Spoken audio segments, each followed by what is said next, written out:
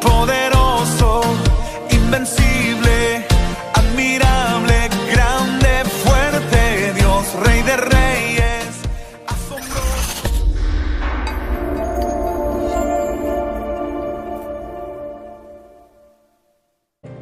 Amén. Bien, vamos a continuar con el estudio del libro de Apocalipsis. Les tengo una buena y una mala noticia. La buena es que vamos a aprender bastante. Lo que sí es que nos va a llevar más de 6 semanas. Yo creo que hoy nos puede llevar todo el año lo que falta. Este mensaje que vamos a empezar hoy acerca de las 7 iglesias, en un principio había considerado que podía darse en un día, pero no, definitivamente no se puede. Realmente para cada iglesia casi que se ocupa un día, pero vamos a tratar de hacerlo en 3. Entonces, así que me van a tener que ayudar más los predicadores de los domingos, pues también. Bien. El día de hoy, pues vamos a comenzar con la enseñanza del mensaje a las 7 iglesias. Y antes de iniciar esa parte, un breve repaso de lo que vimos la semana anterior. Y empezando con Apocalipsis 1:1. Si lo busca ahí en su Biblia. El libro de Apocalipsis casi siempre se ha tenido en el ambiente cristiano como un libro enigmático, un libro que pocas veces se estudia, pocas veces se escudriña, y creemos que es un libro que Dios ha prometido bendecirnos si nosotros lo estudiamos, si nosotros lo leemos, si nosotros guardamos lo que ahí dice. Apocalipsis 1:1 habla acá, este pasaje dice: la revelación de Jesucristo que Dios le dio para manifestar a su siervo las cosas que deben suceder pronto, y la declaró enviándola por medio de su ángel a su siervo Juan. Entonces, este libro, en lugar de ser un enigma, la primera palabra que aparece ahí es revelación. Lo que quiere este libro realmente es que nosotros tengamos una revelación. ¿Una revelación ahora de qué?, se preguntará usted. Como decíamos la vez pasada, el mundo, cuando usted mira los programas de televisión, cuando mira películas acerca de Apocalipsis, presentan de todo: desastres naturales, presentan guerras, presentan al anticristo, presentan los 4 jinetes del Apocalipsis, un par de suegras, perdón, presentan de todo. ¿Y sabe qué es lo que menos aparece? Es lo que es realmente la revelación del libro.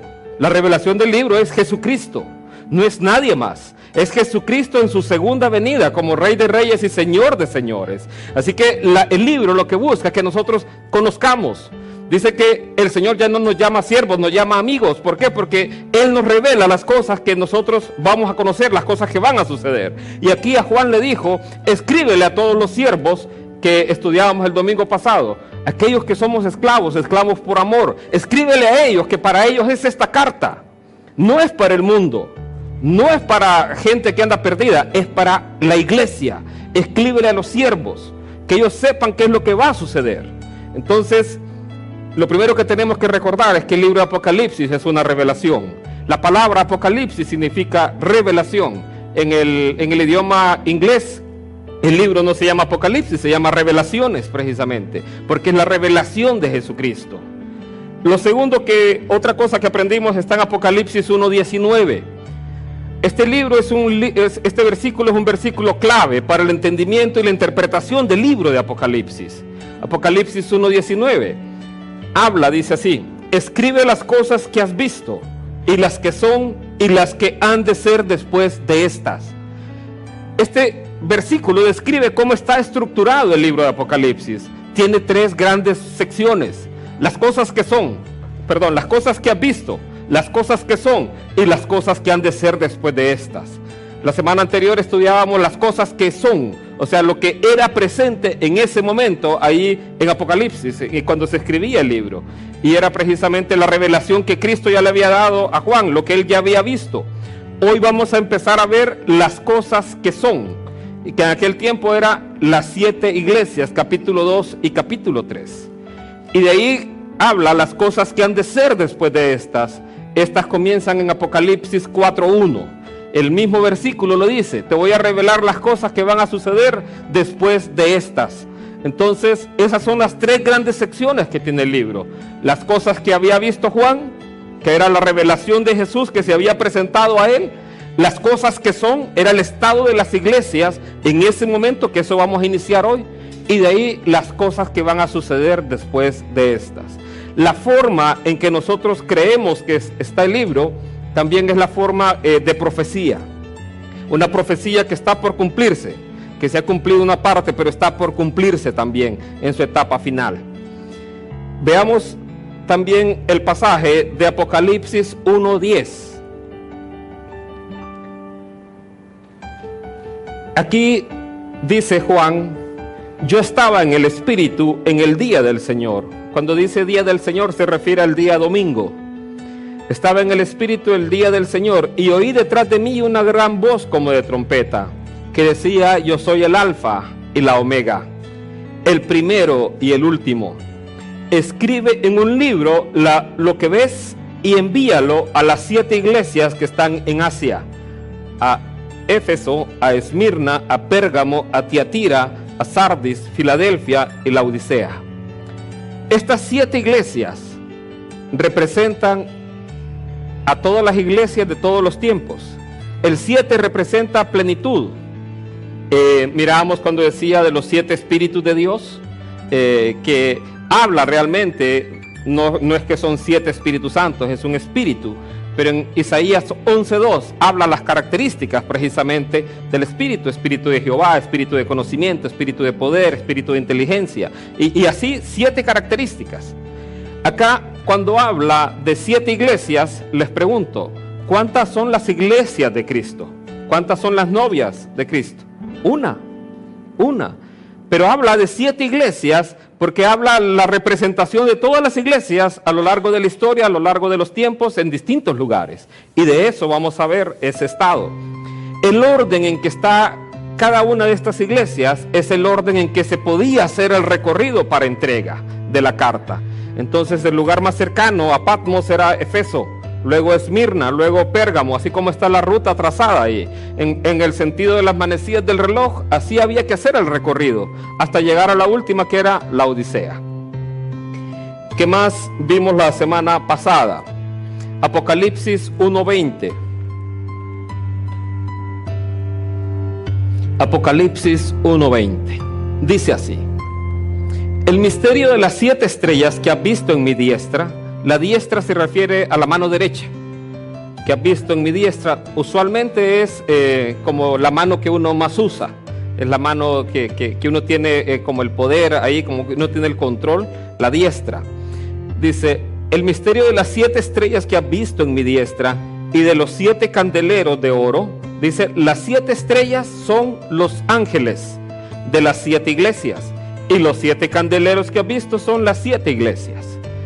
Cuando hablábamos ahí, los ángeles representan mensajeros. En este caso, al referirse a que son los 7 ángeles que están en las iglesias, realmente está hablando como de los obispos o de los pastores de esas iglesias. ¿Por qué? Porque más adelante a estos ángeles se le dice: arrepiéntete. Entonces no puede ser un ángel del cielo. Realmente está hablando de mensajeros. La traducción literal es mensajero. Entonces aquí le está hablando al líder o al representante de esa congregación, obispo o pastor en este caso. Entonces le está escribiendo a él. Entonces está hablando de pastores. Aquí la idea de poner pastores aquí es porque más de alguno usted conoce. Entonces más de alguno, hay alguno que no conozca ninguno de los que está ahí. Es posible también. Entonces estos son pastores conocidos de nuestra generación, de nuestra época. 2 de ellos ya fallecieron. Entonces, pero son pastores que hemos conocido a lo largo de este último tiempo.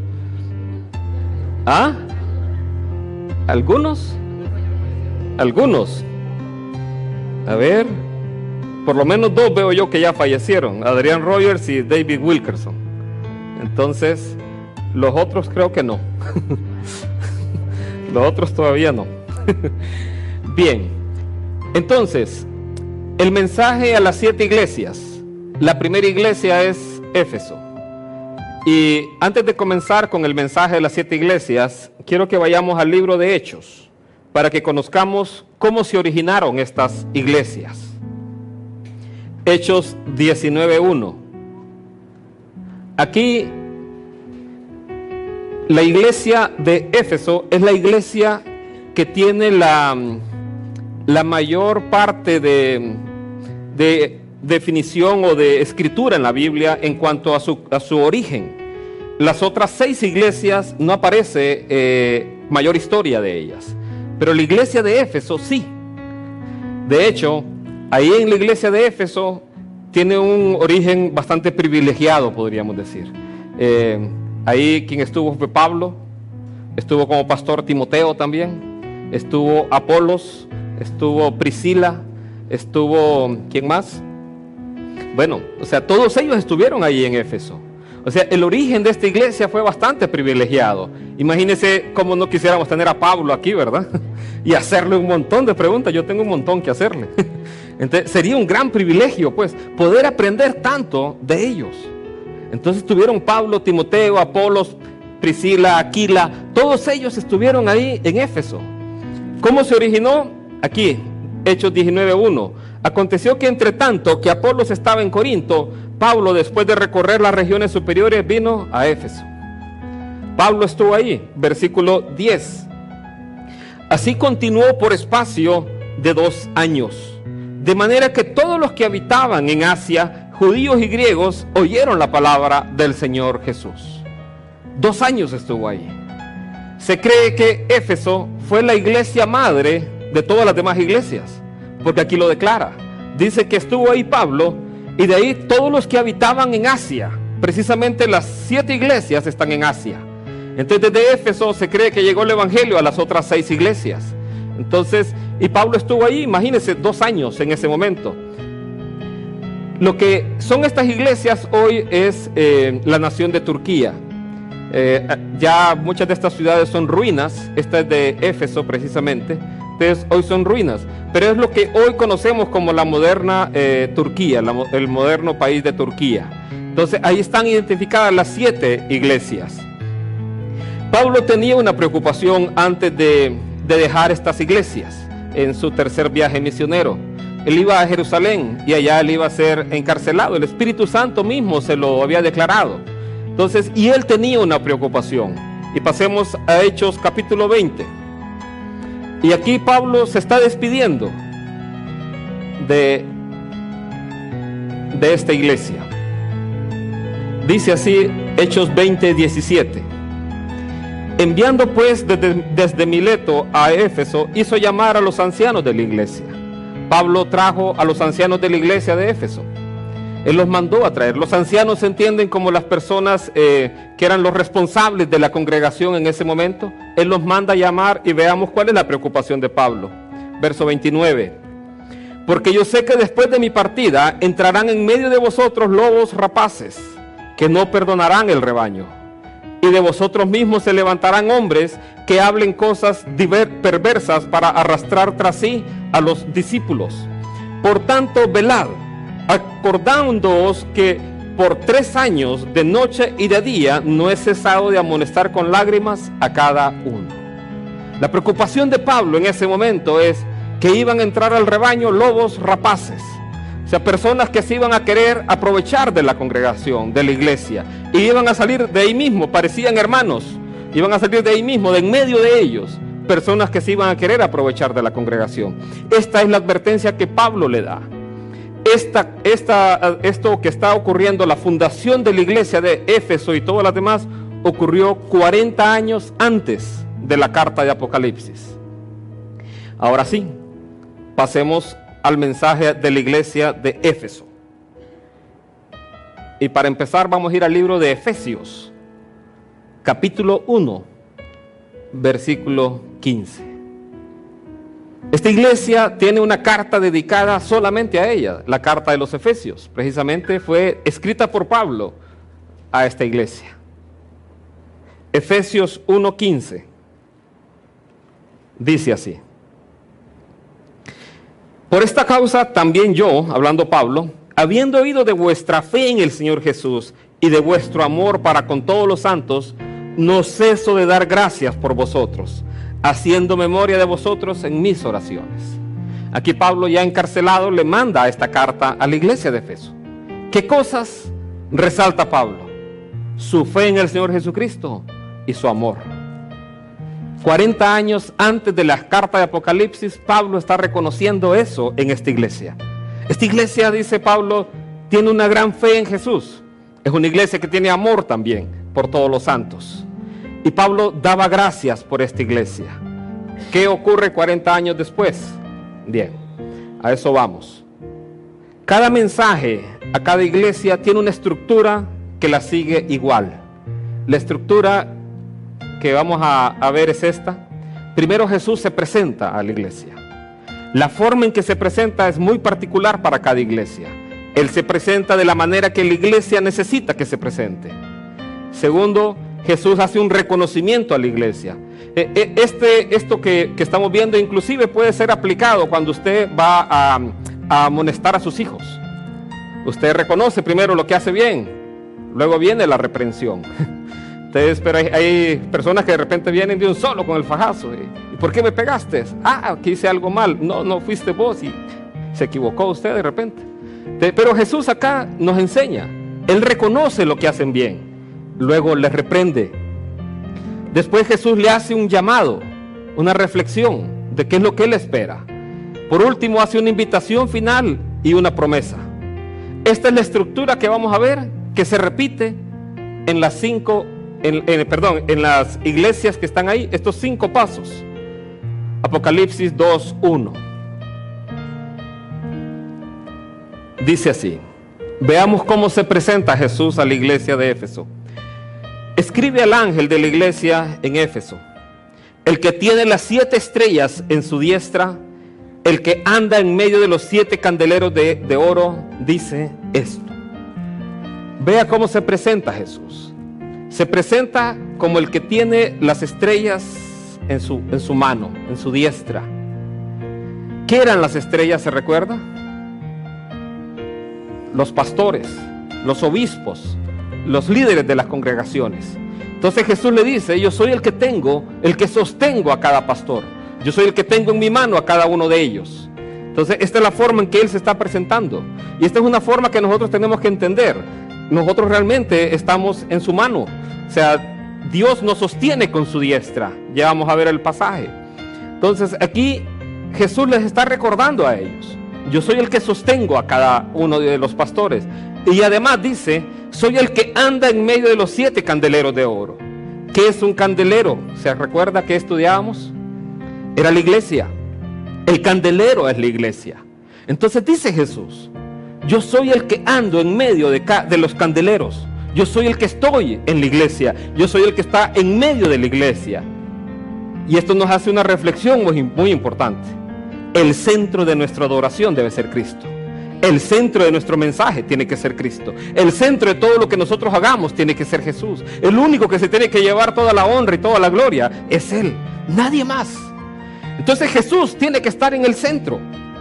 Si una iglesia no tiene a Jesús como centro, no es iglesia. Es un grupo de personas reuniéndose. A esta iglesia Jesús se le está presentando así: yo sostengo a los pastores y yo soy el que está en medio de la iglesia. Veamos qué más dice. Apocalipsis 2:2 dice así: yo conozco tus obras. Y aquí quiero que vea, Jesús valora las obras que hacemos. Sí las valora, por eso lo está reconociendo. Yo conozco tus obras. Pero nosotros no hacemos obras para ser salvos. Hacemos obras como muestra de nuestra salvación. Dice que nosotros fuimos creados en Cristo Jesús para buenas obras. No nos vamos a ir de rodillas aquí hasta la Virgencita para ser salvos. No, Cristo ya pagó el precio en la cruz. Y eso ya fue pagado completamente. Nosotros hacemos obras de muestra de una fe interna. Por eso Santiago dice: yo te puedo mostrar mi fe por mis obras. Entonces nosotros sí tenemos que hacer obras, pero como muestra de nuestra fe, no como para ser salvos. Entonces decía Jesús: yo conozco tus obras y tu arduo trabajo y paciencia. Todo esto vea que Dios lo valora. Dios valora que usted se esfuerce, que usted trabaje, sí, sin duda. Y dice: y que no puede soportar a los malos. ¿Usted no soporta a los malos? Y has probado a los que se dicen ser apóstoles y no lo son, y los has hallado mentirosos. ¿Se acuerda la preocupación de Pablo para con esta iglesia? Que iban a llegar lobos rapaces, vestidos de ovejas. Esta iglesia siguió al pie de la letra la recomendación de Pablo. ¿Sabe? Existe un escrito del primer siglo o del segundo siglo, es como un manual de la iglesia primitiva de ese tiempo, como ellos se guiaban. Es un libro que se conoce como la Didache. Es un libro muy corto. Este libro contiene las prácticas de la iglesia primitiva.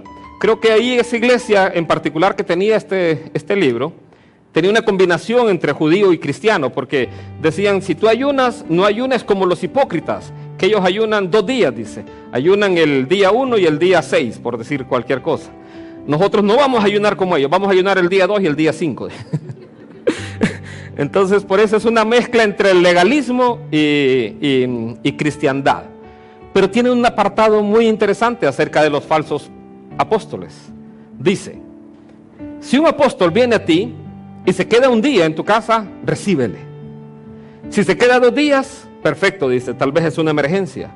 Pero si se queda 3 días, es un falso apóstol. Decía, si el apóstol, cuando se despide, tú tienes que darle comida para que pueda llegar al siguiente lugar.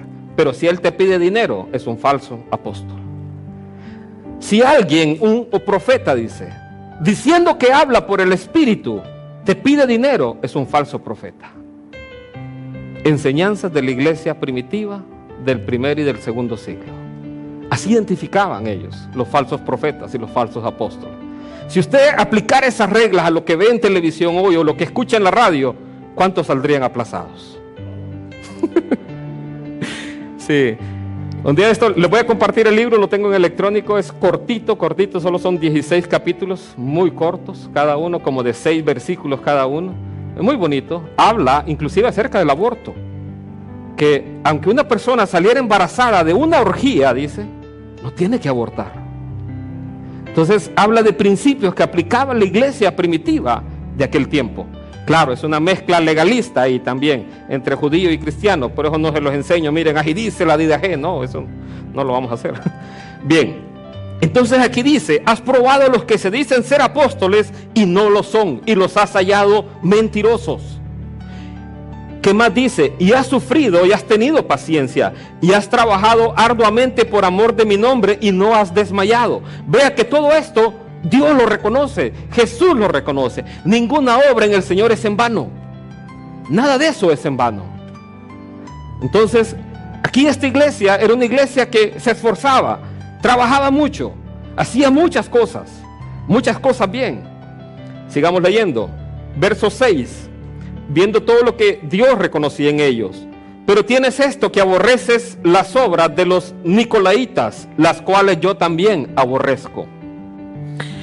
¿Quiénes eran los nicolaitas? El origen de los nicolaitas no se conoce con exactitud, pero sí conocemos en los escritos de la iglesia primitiva que era la práctica que ellos hacían. La práctica de los nicolaitas era que ellos vivían una vida desenfrenada y aún así creían que eran salvos. ¿Le suena parecido a algo que escucha usted hoy en día? Ireneo decía, era uno de los padres de la iglesia, llevaban una vida de desenfreno, de desenfrenada indulgencia. Clemente decía de ellos, se entregan al placer como cabras. Estos eran los nicolaitas. ¿Qué dice Dios de ellos? Yo los aborrezco. Y esta iglesia también los aborrecía. O sea, personas que practicaban esto es una falsa doctrina. Una falsa doctrina en donde dice, no, yo soy salvo, siempre salvo y puedo hacer el pecado que quiera.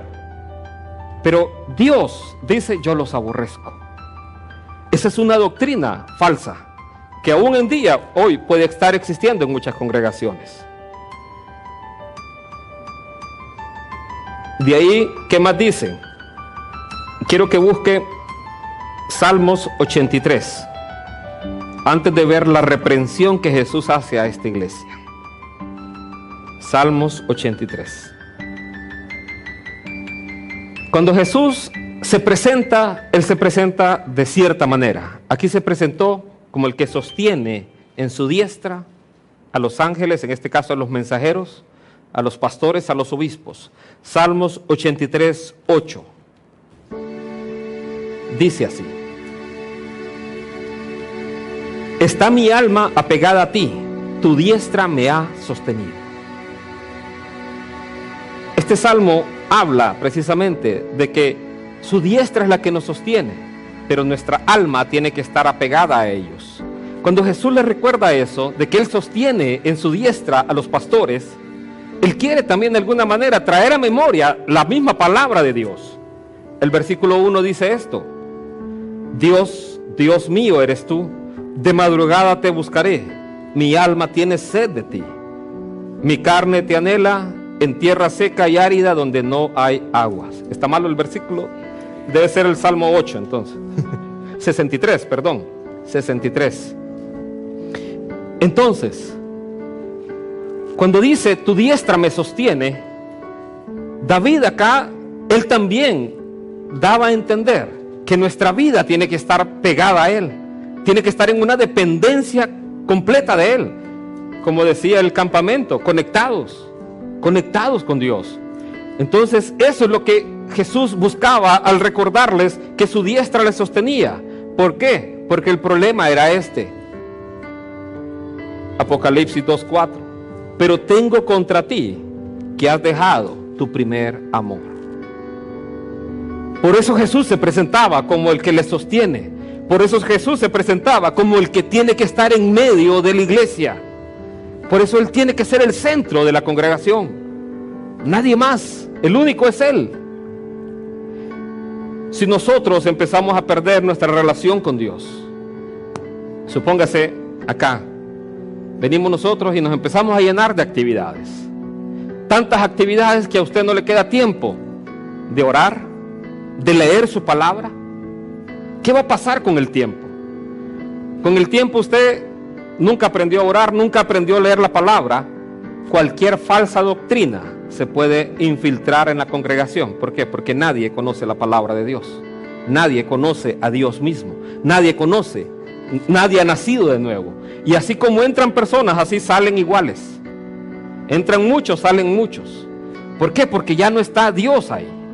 Entonces, el problema de esta iglesia en Éfeso es que había hecho muchas cosas bien, pero le faltaba la más importante. Se había olvidado de la más importante. Tenía de repente a la familia ahí, actividades para la familia, actividades para los novios, para los jóvenes, para matrimonios, pero en ninguna de esas estaba Cristo Jesús. La relación con Cristo debe ser lo más importante en nosotros. Si Cristo no está en medio de la iglesia, esa iglesia realmente es una iglesia que está muerta, porque ahí no está el Espíritu de Dios. Dice que si Dios no edifica la casa, en vano trabajan los que la edifican. El único que dice que añade a la iglesia los que han de ser salvos es Dios. Nadie más. Es el único que puede añadir. Puede llenar la iglesia de gente, pero gente inconversa, gente que no conoce a Dios. ¿Qué es lo que iba a pasar con esta iglesia si no hacía caso? Bueno, versículo 5. Recuerda por tanto de dónde has caído y arrepiéntete y haz las primeras obras, pues si no vendré pronto a ti y que te quitaré tu candelero de su lugar si no te hubieras arrepentido. Quiero que primero vea, usted se arrepiente cuando ha cometido un pecado, ¿correcto? O sea que lo que estaba pasando en esta iglesia es un pecado. No darle el primer lugar a Dios en nuestra vida es pecado. Si no, recuerde cuál es el primer mandamiento. Amarás al Señor tu Dios con todo tu corazón, con toda tu alma, con todas tus fuerzas, con toda tu mente. Si usted no está amando a Dios de esa manera, es pecado. A esta iglesia Dios le dice, arrepiéntete. Y vea qué curioso, le dice, haz las primeras obras. Pero ojo, estaba haciendo un montón de obras. Sí, la diferencia es que la forma en que tiene que hacer esas obras es por amor a Él. Nosotros servimos a Él porque le amamos. ¿Se acuerda aquella mujer que entró a lavar los pies de Jesús? ¿Por qué le lavó los pies de Jesús? Jesús lo dijo, porque mucho se le perdonó. Por eso mucho amor muestra. ¿De qué forma muestra su amor? Sirviéndole. Nosotros mostramos nuestro amor porque le servimos a Él. Perdón, mostramos nuestro amor sirviéndole a Él. Por eso es que nosotros le servimos. Y aquí Jesús le dice algo: vendré pronto a ti y quitaré tu candelero de su lugar. Lo que iba a pasar con esa iglesia con el tiempo es que iba a desaparecer. La iglesia tiene que ser luz. Se puso para ser luz, para iluminar el camino. Pero cuando en las iglesias nos empezamos a llenar de filosofías humanas en lugar de la palabra de Dios, ya no somos luz. Cuando ya no predicamos del pecado, cuando ya no predicamos del infierno, dejamos de ser luz. Cuando ya no hablamos de salvación o de arrepentimiento, dejamos de ser luz. Y estamos hablándole a un montón de gente que le animamos cada semana como cheerleaders, como porristas, dándole ánimo, y no le hablamos de lo que está mal en su corazón. Esa iglesia, dice Jesús, iba a desaparecer. Ojo, no necesariamente que la congregación físicamente iba a desaparecer, sino que esa congregación ya no iba a ser luz para otras personas. Podía estar gente llena ahí, pero gente que no ha sido salva. Y podía seguir sirviendo así, saltando, brincando, alabando a Dios, según ellos. Pero si Cristo no es el centro de nuestra vida, esa vida está perdida. ¿Qué más dice? Versículo 7. El que tiene oído, oiga lo que el Espíritu dice a las iglesias. Al que venciere le daré a comer del árbol de la vida, el cual está en medio del paraíso de Dios. Aquí está el llamado de Dios. El que tiene oídos, oiga lo que el Espíritu dice a las iglesias. O sea, tenemos que prestar atención a lo que Él está diciendo. Y estos pasajes son muy interesantes porque habla de muchas cosas para las congregaciones. Y da una promesa: que el que venciere le daré de comer el árbol de la vida. Ese árbol se nos negó en el Génesis, producto del pecado. Ese árbol puso Dios unos querubines que no permitían la entrada a ese lugar para poder tomar del árbol de la vida y vivir para siempre. Pero ahora es prometido a los que venzan. Entonces, este es el primer mensaje, el mensaje a la iglesia de Éfeso. Veamos el siguiente mensaje. El mensaje a la iglesia de Esmirna. Apocalipsis 2:8. Dice: escribe al ángel de la iglesia en Esmirna, el primero y el postrero, el que estuvo muerto y vivió, dice esto. Aquí se presenta de otra manera Jesús. Se presenta como el primero y el postrero. Eso significa el eterno. Dios, Jesús, es eterno. Aquí está manifestándose Él como Dios mismo, con un atributo de la deidad. Y también se presenta como que el que murió y resucitó, como el que venció la muerte. Y aquí es muy importante para esta iglesia, porque Él fue el que venció la muerte. Y Él quería que esta gente recordara esto. Jesús le dijo a María, y también se lo dijo a Marta, que el que cree en Él, aunque esté muerto, vivirá. Entonces a esta iglesia Jesús le está diciendo: yo soy el que murió, pero también el que resucitó. Y es que el enemigo, que el ser humano por naturaleza le tiene más temor, es a la muerte.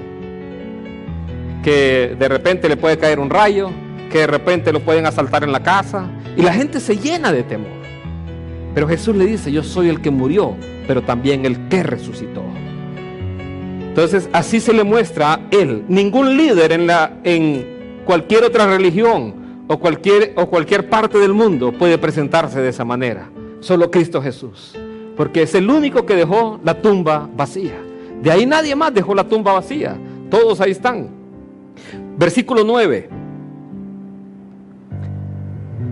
Viene el reconocimiento, dice: yo conozco tus obras. Yo quiero que preste atención. Dios, Jesús, valora mucho lo que nosotros hacemos. A todas las iglesias, creo, ya vamos a ver, creo que a la Odisea no le dice nada, pero a la mayoría de las iglesias le dice: yo conozco tus obras. ¿Estamos sirviéndole a Dios? Es una pregunta, es una reflexión que tenemos que hacerlo. Dice: yo conozco tus obras y tu tribulación. La palabra tribulación ahí es presión, que en el Nuevo Testamento hace referencia a la persecución. Y es que en esta ciudad en particular se rendía culto al emperador. Y entonces había un día al año que hacían sacrificios al emperador. ¿Y qué pasaba con los cristianos? Pues los cristianos no hacemos eso, porque aquí se adoraba al emperador como Dios. Entonces, si a usted lo obligaran a adorar a una persona como Dios, ¿qué haría usted? No lo haría, espero. Entonces, aquí a esta iglesia Jesús le dice: yo conozco tu tribulación, porque recibía persecución. Esta iglesia recibía persecución precisamente por no adorar al emperador romano. De hecho, cuando es escrita esta carta, estaba sufriendo una de las peores persecuciones en ese tiempo. De hecho, por eso Pablo estaba desterrado en la isla de Patmos, porque había sufrido persecución. Entonces aquí le dice: yo conozco tu tribulación y tu pobreza. Vea que eso aún Dios lo ve bien en esta iglesia, en el sentido de que a pesar de la pobreza, esta iglesia era una iglesia fiel. Era una iglesia fiel. Los registros muestran que la mayoría de las personas de esta congregación eran esclavas. Eran personas que eran esclavos, o eran personas que no tenían posesiones, y algunos que las tenían las habían perdido por causa de la persecución. Pero a pesar de eso, la iglesia era una iglesia fiel. Y también dice: y tu pobreza, pero tú eres rico. Delante de Dios esta iglesia era una iglesia rica. Por eso Jesús decía: no os hagáis tesoros en la tierra, sino haceos tesoros en el cielo. Esta iglesia era de esas iglesias que hacía tesoros en el cielo.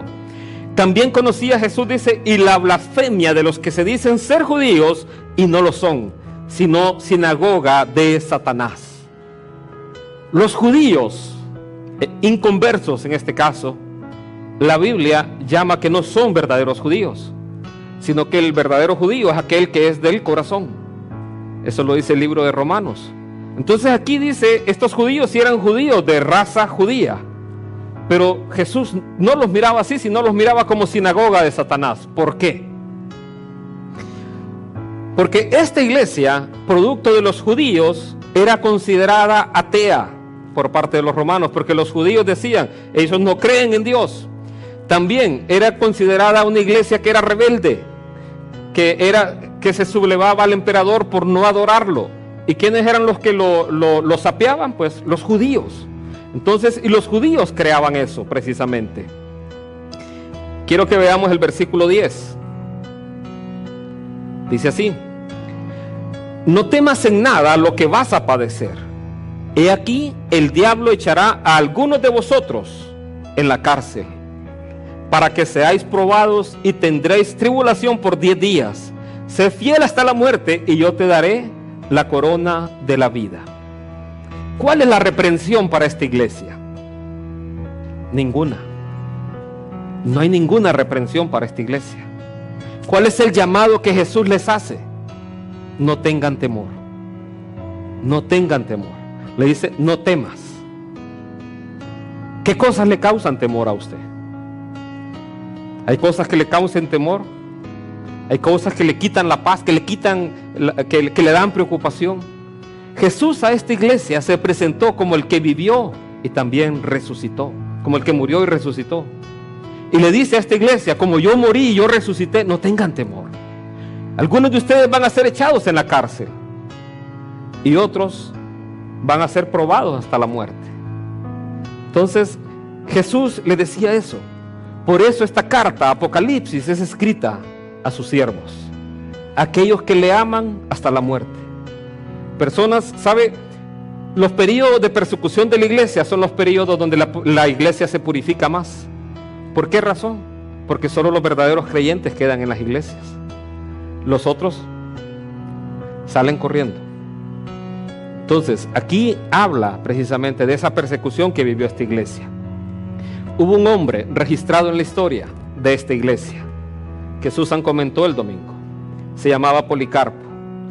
Era el anciano, el obispo de la congregación. Este hombre, los judíos lo sapearon, ¿cómo es que dicen? Se me olvida la palabra. Lo delataron, correcto, lo delataron. Entonces lo atraparon a Policarpo. Y cuando lo atrapan, Policarpo a sus captores les da de comer. Era un hombre de 86 años. Cuando les da de comer, chicos, le dicen: este hombre es un hombre muy bueno, muy sabio. ¿Por qué lo quieren meter preso? ¿Por qué lo quieren hacer daño? Entonces llegaron, lo llevaron en un carruaje. Las personas que iban en el carruaje lo iban convenciendo: mira, solo tienes que decir que no crees en Cristo, que eres un ateo y listo. Y ofrece un sacrificio al emperador y vas a salvar tu vida. No. Lo llevaron allá a la plaza pública, los judíos lo acusaban, y el hombre de 86 años no negó su fe. Le dijeron: te vamos a meter al fuego, y él no negó su fe. Y es uno de los hombres, de los primeros mártires de la iglesia, a sus 86 años.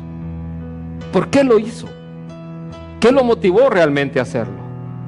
Precisamente este era un hombre así, de los que mirábamos el día domingo. Era un hombre que era un siervo.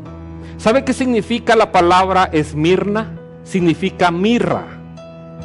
La mirra es un aceite perfumado que se usa para embalsamar a los muertos.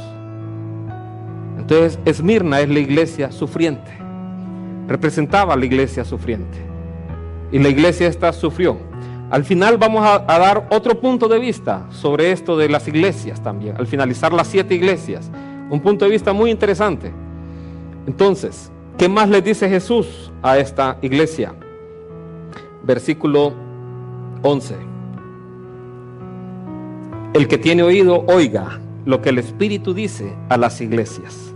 El que venciere no sufrirá daño de la segunda muerte. Jesús se presentó como el que vivió y resucitó, y ahora se despide diciéndonos: el que venza no va a sufrir daño de la segunda muerte. Hay algo que usted no tiene que tener temor, y es precisamente a la muerte. Por eso Pablo decía: ¿dónde está, oh muerte, tu aguijón? ¿Dónde, oh sepulcro, tu victoria? Hollywood nos presenta en todas las películas que tenemos que tener temor a la muerte, y aquellos que se mueren, pobrecitos, se los llevó el diablo, y solo aquellos que viven son los héroes. Como que morir es algo malo. Dice, hoy mirábamos un versículo: si vivimos, para el Señor vivimos, y si morimos, para el Señor morimos. Ya sea que vivamos o ya sea que muramos, somos del Señor. Dice que ni la vida ni la muerte, nada podrá separarnos del amor de Dios que es en Cristo Jesús. Nada.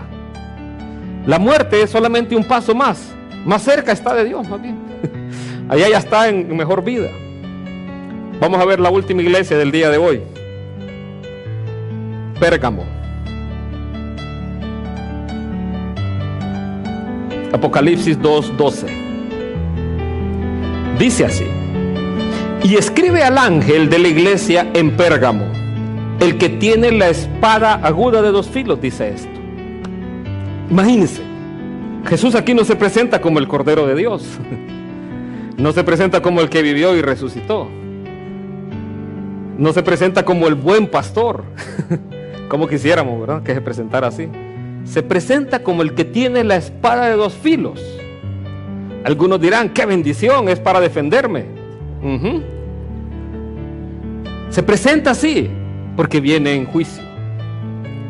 Aquí viene de una manera un poco amenazante, más bien. Él viene con una espada en sus manos, de una forma amenazante. De esa manera se está presentando a la iglesia. Qué triste, ¿verdad? Pero es que él dice que el juicio comienza por su casa. Por eso el libro de Apocalipsis empieza a hablar a las iglesias y habla del juicio a las iglesias, porque el juicio de Dios comienza en la casa de Dios. Entonces así se presenta a esta iglesia. Entonces, ¿qué recuerda este pasaje? Hebreos 4. Y se lo voy a dejar de tarea ahí también, que lea todo el capítulo, y usted se va a dar cuenta de algo. La espada de 2 filos es la palabra de Dios, y aquí lo vamos a ver. Y el versículo 11 dice lo siguiente: procuremos pues entrar en aquel reposo, para que ninguno caiga en semejante ejemplo de desobediencia. ¿Cuál desobediencia? Aquí está hablando de toda la desobediencia que el pueblo de Israel hizo en el desierto, y que en ese desierto desobedecieron la palabra de Dios y muchos murieron. Ahí desobedecieron fornicando con mujeres que eran extranjeras, desobedecieron volviéndose idólatras, renegando de todas las bendiciones de Dios. Así desobedecieron. Entonces aquí dice: procuremos entrar en aquel reposo para que ninguno caiga en semejante ejemplo de desobediencia. Porque la palabra de Dios es viva y eficaz y más cortante que toda espada de dos filos, y penetra hasta partir el alma y el espíritu, las coyunturas y los tuétanos, y discierne los pensamientos y las intenciones del corazón. Aquí Dios lo que nos está llamando es a no desviarnos de la palabra, a ser obedientes. Él nos está llamando porque si no vamos a sufrir precisamente con esa espada de dos filos. Su palabra es la palabra que nos puede hacer salvos, o su palabra es con la cual podemos también ser condenados por nuestras obras al no obedecerla. Entonces Él nos llama acá, y aquí estaba llamando a esta iglesia a que no olviden su palabra. Por eso Él viene con una espada de dos filos. ¿Por qué se presenta así Jesús? Veamos Apocalipsis 2:13.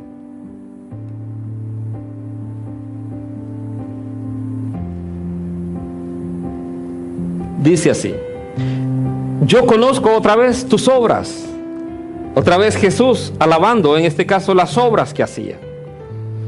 Y donde moras, donde está el trono de Satanás. Ya vamos a ver eso.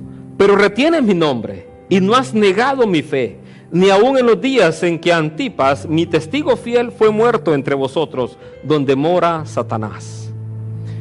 Esta iglesia en Pérgamo tenía un problema más grave que la iglesia de Esmirna. En Esmirna ofrecían sacrificios al emperador una vez al año. Aquí, esta ciudad, la ciudad de Pérgamo, era la ciudad del centro de adoración imperial a todos los emperadores. Aquí sufrían todos los días del año. La persecución era extrema. Ahora, acá dice: yo conozco tus obras y dónde moras, donde está el trono de Satanás, pero retienes mi nombre. Por eso la alaba. ¿Por qué? Porque retiene su nombre a pesar de estar en una ciudad donde dice, donde mora Satanás, donde está el trono de Satanás. Aquí pueden haber tres explicaciones para que se refiera al trono de Satanás. La primera: ahí en esa ciudad estaba el altar a Zeus, el principal dios para los romanos y para los griegos. Entonces ahí estaba un trono imponente para Zeus. Segunda explicación: estaba ahí la adoración al dios Esculapio, creo que así se pronuncia. Este es el dios de la medicina. ¿Se ha fijado usted el símbolo de los médicos que tienen un par de serpientes? Bueno, esas serpientes era Esculapio.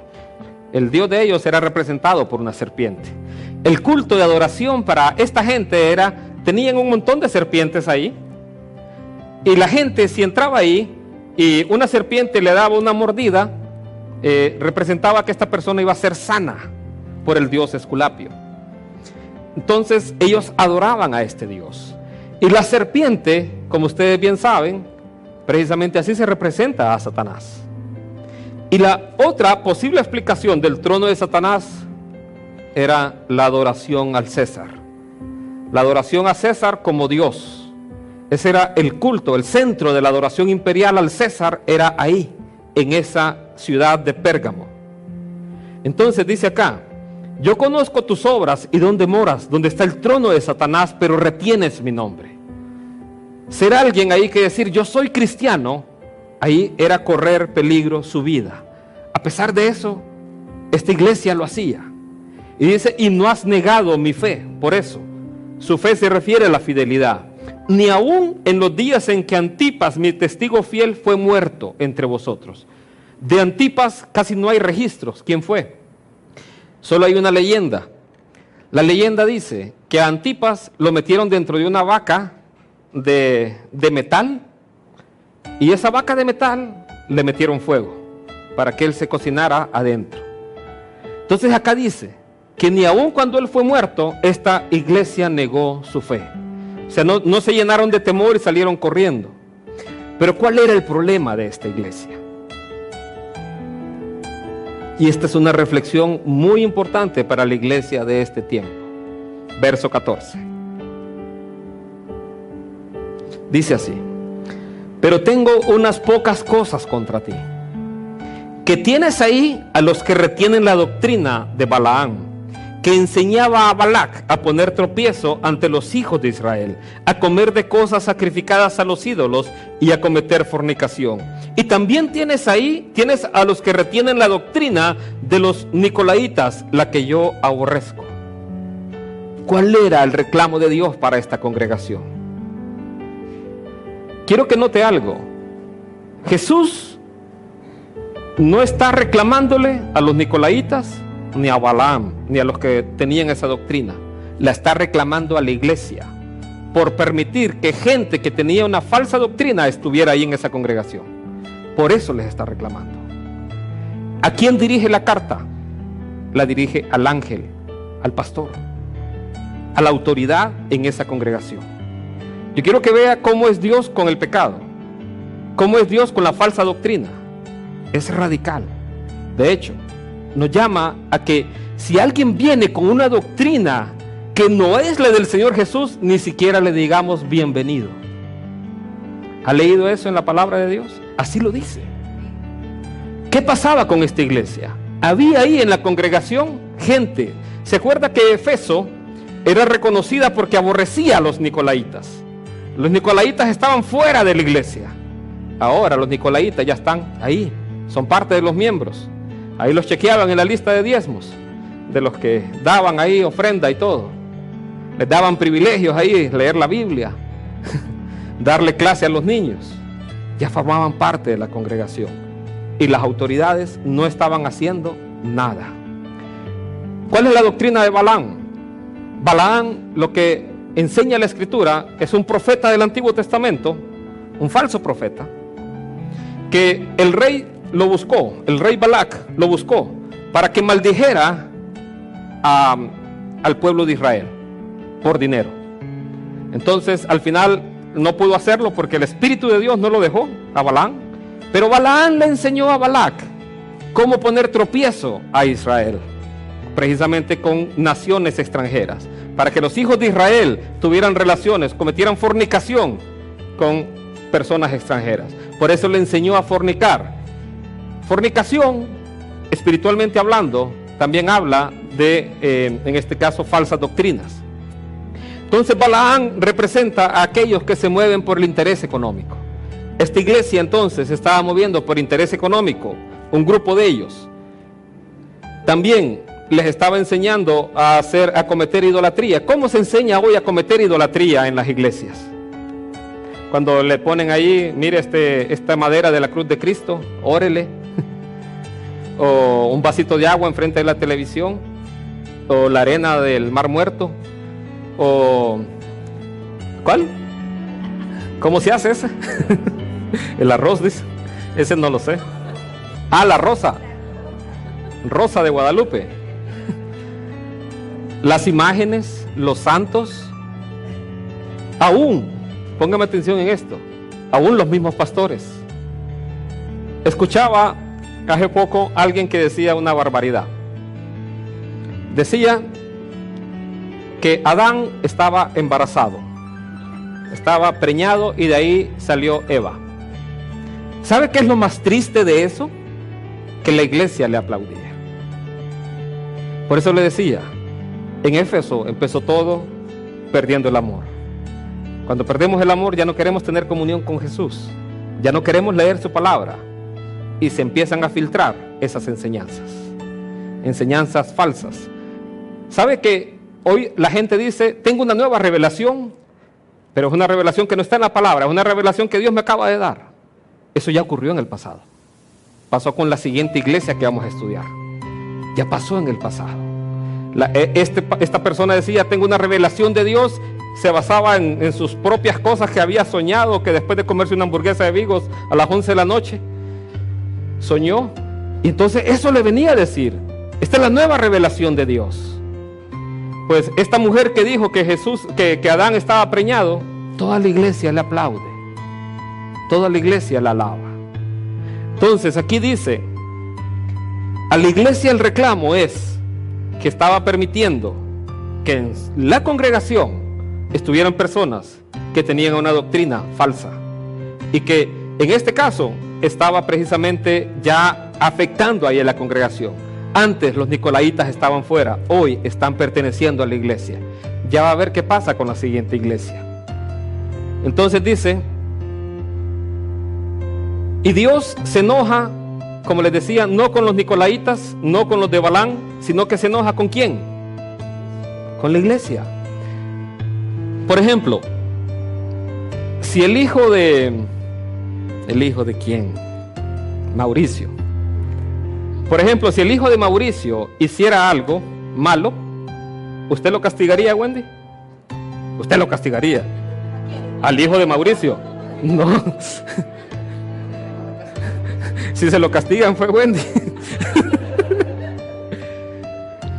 Uno no castiga al que no es su hijo.